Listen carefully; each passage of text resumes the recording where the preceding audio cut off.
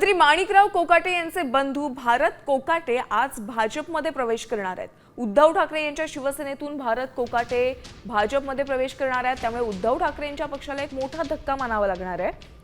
सिन्नर इथल्या सोमठाणेच्या सरपंचपदी भारत कोकाटे सध्या काम करतायत। पूर्वीही देवेंद्रजींनी बैठक घेतली होती आणि या बैठकीच्या अनुषंगाने खाली असणाऱ्या नगरपंचायती असतील, जिल्हा परिषदा असतील, महानगरपालिका त्या ठिकाणी काही संघटनात्मक रचना निवडणुकीच्या संदर्भात कराव्यात अशा पद्धतीचं त्यावेळेला सांगितलं होतं।